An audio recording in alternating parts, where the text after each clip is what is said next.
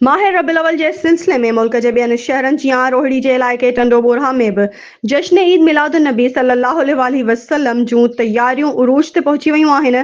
टंडो बोरा जी मस्जिद जामे गौसिया में पहिरीं परचम कुशाई जी तक़रीब कोठाई वई, जंहिंजी मेज़बानी हाफ़िज़ शाहिद हुसैन चाचड़ कई।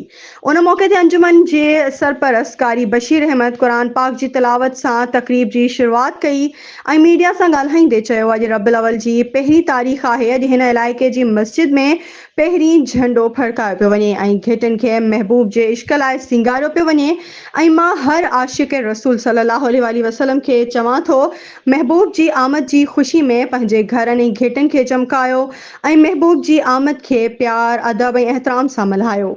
हाफ़िज़ ग़ुलाम अकबर हुसैनी ऐं इलाइक़े जे मोअज़्ज़िज़ीन वॾे अंग में शिरकत कई।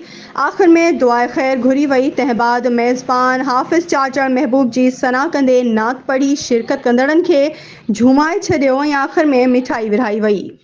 वधीक ख़बरुं ऐं अपडेट्स जे लाइ असांजे चैनल खे सब्सक्राइब कयो ऐं हा, बेल आइकन खे प्रेस करणु न विसारिजो त जीअं असांजी हर नई अचण वारी वीडियो तव्हां ताईं पहुचे।